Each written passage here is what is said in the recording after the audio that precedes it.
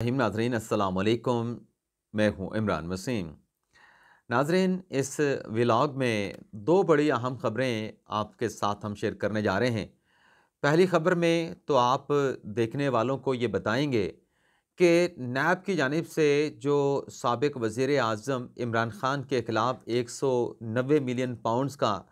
जो एहतसाब अदालत में रेफरेंस दायर किया गया है,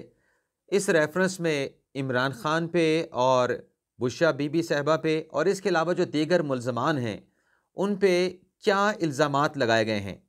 इमरान ख़ान, बुशरा बीबी और उनके अलावा इस रेफरेंस में नैब की तरफ से किस किस को एक्यूज़ बनाया गया है, मुल्ज़मान के तौर पे उनका नाम शामिल किया गया है।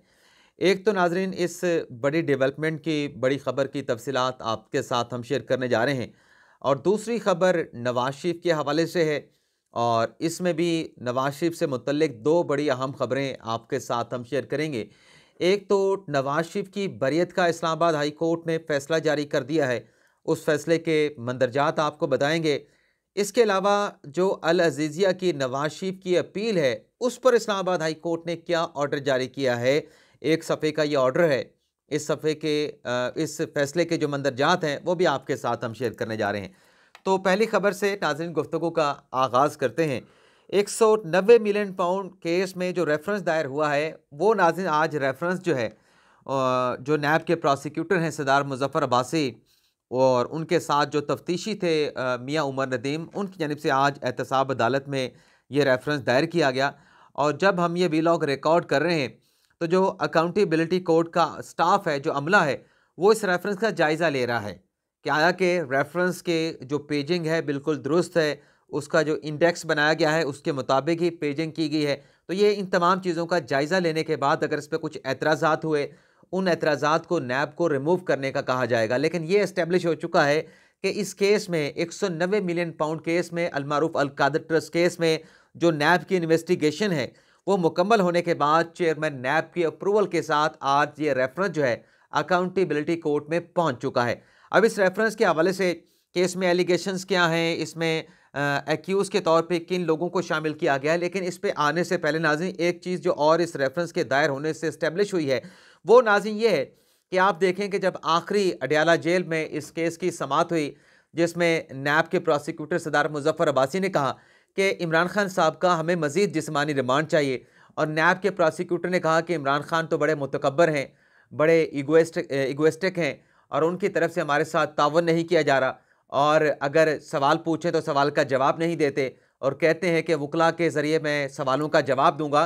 तो हमें मज़ीद जिस्मानी रिमांड चाहिए। लेकिन जज मोहम्मद बशीर ने नैब की प्रोसिक्यूशन टीम की इस दरख्वास्त को, इस इस्तदा को रद्द किया था। इमरान खान साहब के जो वकील हैं लतीफ़ खोसा, उनके आर्गूमेंट को एक्सेप्ट करते हुए 10 दिन का जिस्मानी रिमांड इमरान खान का हो चुका था। तो मज़ीद जिस्मानी रिमांड जो वो जज साहब ने नहीं दिया था और इस केस में इमरान खान साहब को जुडिशल कर दिया गया था। तो एक बात तो ये इस्टेब्लिश होती है कि उस रोज़ जो नैब की तरफ से इमरान खान का जिस्मानी रिमांड मांगा जा रहा था, वो एक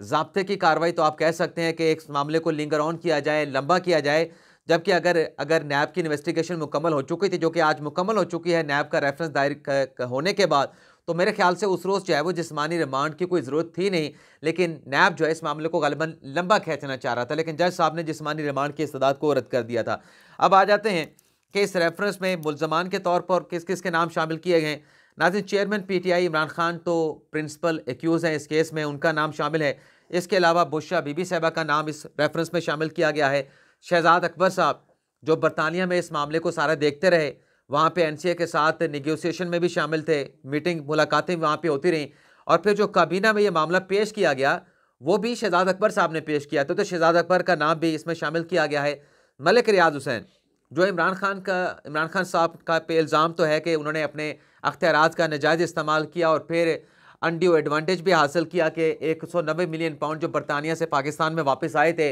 वो ख़जाने में जमा होने के बजाय मलिक रियाज को एडजस्ट कर दिए गए थे। तो इमरान खान साहब पे अनड्यू एडवांटेज हासिल करने का कि अल कादर ट्रस्ट की जो प्रॉपर्टी है वो इसी 190 मिलियन पाउंड को मलिक रियाज को वापस करने के नतीजे में हासिल की गई। लेकिन मलिक रियाज हुसैन पे एलिगेशन ये है कि वो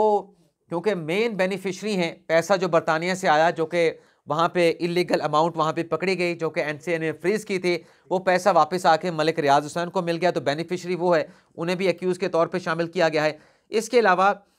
जो जुल्फ़ी बुखारी साहब हैं जो कि पहले इसमें ट्रस्टी के तौर पे शामिल थे, फराह गोगी साहबा हैं, और इसके अलावा मजमूई तौर पे 8 लोगों को जो है इस रेफरेंस में एक्यूज़ बनाया गया है। और इस रेफरेंस में नाज़रीन एलिगेशन ये लगाए गए हैं कि बरतानिया में ये जो अमाउंट थी मलिक रियाज हुसैन और उनके कुछ और रिलेटिव्स के अकाउंट पे वहाँ पे पकड़ी गई। एनसीए ने उनसे पूछा कि आप इसकी वजाहत करें, और अकाउंट जो थे 9 अकाउंट थे गालिबन जिनको फ्रीज कर दिया गया था, और फिर वहाँ पे वजाहत ना देने पे मलिक रियाज हुसैन की जो निगोशिएशन एनसीए के साथ हुई और हुकूमत पाकिस्तान भी उस मामले के अंदर शामिल हुई, तो उस पर मामला ये तय पाया कि रकम पाकिस्तान मलिक रियाज हुसैन वापस ले जाएंगे, और उस पर एनसीए की जानिब से बाकायदा तौर पर बाज़ाब्ता तौर पर एलामिया जारी किया गया कि ये रकम पाकिस्तान हुकूमत पाकिस्तान को मिलेगी। प्राइम मिनिस्टर ऑफिस उस वक्त के, क्योंकि इमरान खान साहब जो है वज़ीर आज़म ऑफिस वज़ीर आज़म पाकिस्तान थे, उनके ऑफिस की तरफ से भी एलामिया जारी हुआ कि ये रकम हुकूमत पाकिस्तान को मिलेगी। और एसेट रिकवरी यूनिट का जो एलामिया था उसमें भी ये कहा गया था कि पैसे ख़जाने में आएंगे, पब्लिक एक्सचेकर में आएंगे। तो इसमें कहा गया कि वो पैसे बरतानिया से वापस तो आए, लेकिन वो ख़जाने में आने के बजाय गलत अकाउंट नंबर दिया गया। ये आपको बड़े आसान अल्फाज में सारा रेफरेंस मैं आपके सामने रख रहा हूँ। तो वो पैसे पब्लिक के ख़जाने में आने के बजाय गलत अकाउंट नंबर दे के सुप्रीम कोर्ट में मलिक रियाज हुसैन के जो वाजबात थे, जो लाइबिलिटी थी 460 अरब की, उसमें एडजस्ट करवा दिए गए। और इस नाज़रीन रेफरेंस के साथ साथ जो सुप्रीम कोर्ट का फैसला है वो भी साथ अटैच किया गया है। और अभी जो चंद रोज़ पहले सुप्रीम कोर्ट ने जब भी फैसला दिया है जस्टिस काजी फाइसा साहब ने कि ये पैसे डिफ़ॉल्ट हो चुका है, मलिक रियाज हुसैन का इलीगल गेन था, ये पैसे हम सुप्रीम कोर्ट में नहीं रख सकते, हुकूमत पाकिस्तान को वापस कर दिए गए हैं, वो ऑर्डर भी साथ में लगाया गया है। और इसके साथ साथ अल कादिर ट्रस्ट के जो डॉक्यूमेंट्स हैं वो भी साथ लगाए गए हैं कि रजिस्ट्रेशन कब हुई है। लेकिन ख़ास तौर पे जो एक डॉट्स कनेक्टेड होती हैं, जो मार्च 2021 का एक एग्रीमेंट है, एक ट्रस्ट डीड है जो साइन हुई है, एफिडेविट मलिक रियाज हुसैन, बहरिया टाउन और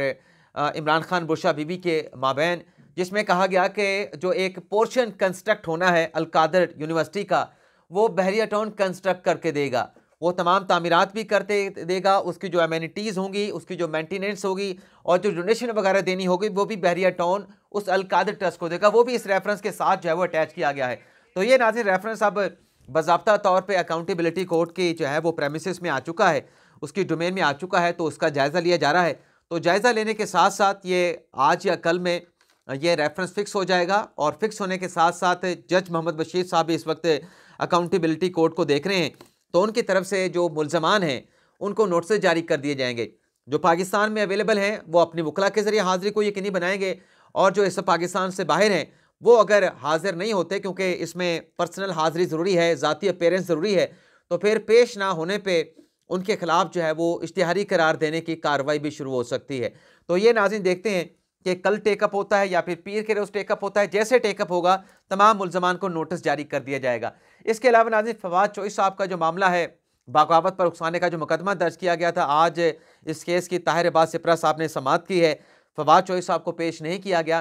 तो जज साहब ने ताहिर अब्बास सिपरा साहब ने अडयाला जेल के हुकाम को नोटिस कर दिया है, और 15 दिसंबर को फवाद चौधरी को पेश करने का हुक्म दिया गया है। इसके अलावा नाज़रीन बुशरा बीबी साहबा की हमने आपके साथ ये रेफरेंस के हवाले से खबर शेयर की। वैसे अभी वो तोशा खाना के हवाले से नैब की इन्वेस्टिगेशन जारी है, वो रेफरेंस भी अभी देखते हैं कि कब उसकी इन्वेस्टिगेशन बाज़ाब्ता तौर पर स्टार्ट होती है, कंक्लूड होती है, और फिर कब रेफरेंस दायर होता है, और इमरान खान और बुशरा बीबी साहबा की गिरफ्तारी कब होती है, या कोई गिरफ्तारी का कोई नोटिस भी नैब जारी करता है नहीं करता है, ये भी अभी आइंदा आने वाले दिनों में पता चलेगा। लेकिन बुशरा बीबी साहबा और खाबर मानिका की जो डाइवोर्स हुई उस पर एक शहरी लाहौर हाई कोर्ट में गए थे, और वहाँ पे जाकर उन्होंने कहा था कि इनकी डाइवोर्स का जो रिकॉर्ड है वो तलब किया जाए। और उसमें शहरी ने कहा था कि चूंकि मुतलका यूनियन काउंसिल में डाइवोर्स का रिकॉर्ड जमा नहीं हुआ, तो इद्दत की मुद्दत तब शुरू होती है जब आप मुतलका यूनियन काउंसिल में डाइवोर्स का रिकॉर्ड जमा कराते हैं। तो आज लाहौर हाई कोर्ट के जस्टिस बाकर अली नजवी ने इस केस की समाअत की है, और अदालत ने इस दरख्वास्त को नाकाबिल समाअत करार देने के ऊपर खारिज किया है। बुशरा बीबी साहबा के लिए, इमरान खान साहब के लिए आप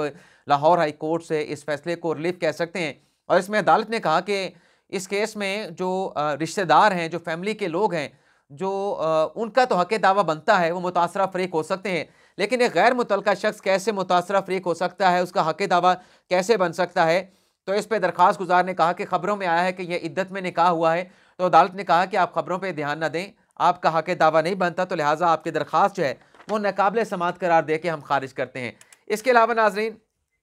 कुछ पाकिस्तान तहरीक इंसाफ में इख्तलाफात के हवाले से भी खबरें हैं, उस पर आगे चल के बात करते हैं। नवाज शरीफ की बरियत का एवन फील्ड केस में जो इस्लामाबाद हाई कोर्ट का फैसला है, वो आज 2 सफ़ात का मुख्तसर जो फैसला था इस्लामाबाद हाई कोर्ट ने जारी किया है, जिसमें दोनों जज साहबान ने दस्तखत किए हैं, chief justice Aamer Farooq, justice Miangul Hassan Aurangzeb ने। और इस फैसले में कहा गया है कि दौरान समाअत नवाज शरीफ की लीगल टीम की जानिब से दलाइल दिए गए, नैब की जानिब से दलाइल दिए गए, और दौरान दलाइल अदालत के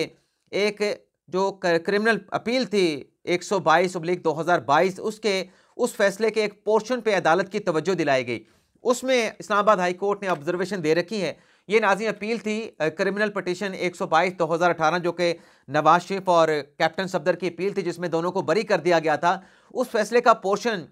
उसमें यह कहा गया कि उसमें इस्लामाबाद हाई कोर्ट ने लिखा है कि नैब इन दोनों मुल्ज़मान के हवाले से कोई ऐसा डॉक्यूमेंट्स पेश नहीं कर सका जिससे दोनों मुल्ज़मान मरियम नवाज और कैप्टन सफदर के ऊपर जो जुर्म लगा है उसको साबित या एस्टेब्लिश किया जा सके। तो हाई कोर्ट ने कहा कि चूंकि वो फैसला हतमी हो चुका है, उस फैसले के खिलाफ नैब ने अपील भी दायर नहीं की, तो लिहाजा उस पोर्शन की रोशनी में जो हवाला दिया गया है, तो अदालत जो है तफसीली वजूहात तो बाद में जारी करेगी, लेकिन जो नवाज शरीफ की अपील है उसको एक्सेप्ट करती है और नवाज शरीफ को इस केस से बरी करती है। इसके साथ साथ जो अल अज़ीज़िया का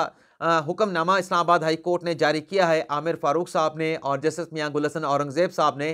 तो उसमें अदालत ने जो अल अज़ीज़िया की नवाज शरीफ की अपील है उसको 7 दिसंबर को समाअत के लिए मुकर्रर कर दिया है। अब 7 दिसंबर 4 दिसंबर से हफ्ता शुरू हो रहा है, 4, 5, 6, 7, तो अगले हफ्ते जुमेरात को नवाज शरीफ की अल अज़ीज़िया की अपील पे समाअत होगी। तो 7 से अगर ये केस शुरू हुआ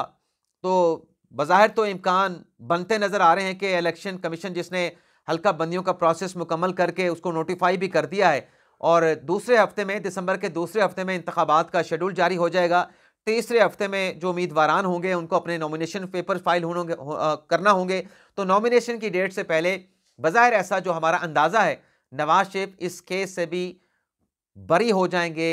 इस केस से भी उनको क्लीन चिट मिल जाएगी, क्योंकि इस केस में एक बहुत बड़ा एक ऑडियो वीडियो स्कैंडल जो सामने आया था, जज अरशद मलिक का, उसने बहुत सारी चीज़ें आश्कार कर दी हैं। लेकिन बहरहाल फैसला तो इस्लामाबाद हाई कोर्ट ने करना है। इसके अलावा नाज़रीन, पाकिस्तान तहरीक इंसाफ में बड़े इख्तलाफात चल रहे हैं टिकट के मामलात के ऊपर भी, और जो वकला की जानिब से बयानात दे के लीडरशिप रोल हासिल करने की कोशिशें की जा रही हैं। तो एक तो हामिद खान साहब कल शाहज़ेब खानज़ादा के प्रोग्राम में मौजूद थे और बैरिस्टर अली ज़फ़र साहब भी मौजूद थे। बैरिस्टर अली ज़फ़र साहब ने कहा कि जो लतीफ़ खोसा साहब बार बार बयानात दे रहे हैं पार्टी चेयरमैनशिप के हवाले से, हमें गलतफहमी नहीं हुई, बल्कि लतीफ़ खोसा साहब को कोई गलतफहमी हो सकती है। बैरिस्टर गौहर, उनके नॉमिनेशन पेपर चेयरमैनशिप के लिए फ़ाइल होंगे और वो कानूनी तौर पे चेयरमैन बनेंगे, और यही चेयरमैन पीटीआई इमरान खान साहब का फैसला है। और टिकट के हवाले से उन्होंने कहा कि लतीफ़ खोसा साहब ने अगर ज़ाती तौर पे इमरान खान से तहरीक इंसाफ का टिकट मांगा है तो ये मेरे नॉलेज में नहीं। और ये भी उन्होंने कहा कि सलमान अकरम राजा इलेक्शन लड़ना चाहते हैं या उन्होंने कोई टिकट की ख्वाहिश का इज़हार किया है, ये भी मेरे नॉलेज में नहीं है। लेकिन हामिद खान साहब ने बड़ी तशवीश का इज़हार किया कि ऐसे लोग, ऐसे कारकुनान पार्टी में शामिल हो चुके हैं जिनका हमें नॉलेज नहीं है, और वो पार्टी के करता धरता, पार्टी के लीडरान बनना चाहते हैं। उस पर हामिद खान साहब ने तफ़ज़ात का इज़हार किया है। लेकिन टिकटों के हवाले से हामिद खान साहब का बड़ा अहम स्टेटमेंट है कि टिकट्स तमाम वकला को नहीं दिए जाएंगे, सिर्फ उन्हीं वकला को टिकट दिए जाएंगे जो सियासी तौर पर मुतहरिक हैं या जिस हल्के से उनका ताल्लुक है, उस हल्के में अगर अवाम के साथ उनका ताल्लुक है, रवाबत हैं, तो ऐसे वकला को तो पार्टी का टिकट दिया जाएगा। लेकिन जो सिर्फ नाम के वकील हैं लेकिन सियासी तौर पे हल्कों के साथ उनके कोई रवाबत नहीं, कोई सियासी एक्टिविटीज़ नहीं, सियासी तौर पे मुतहरिक नहीं, उनको पार्टी का टिकट जो है वो नहीं दिया जा सकता। तो ये नाज़रीन हमारा व्लॉग, आपसे इजाज़त चाहते हैं। अल्लाह ताला हम सब का हामी नासिर, और अपनी दुआओं में याद रखिएगा। अल्लाह हाफ़िज़।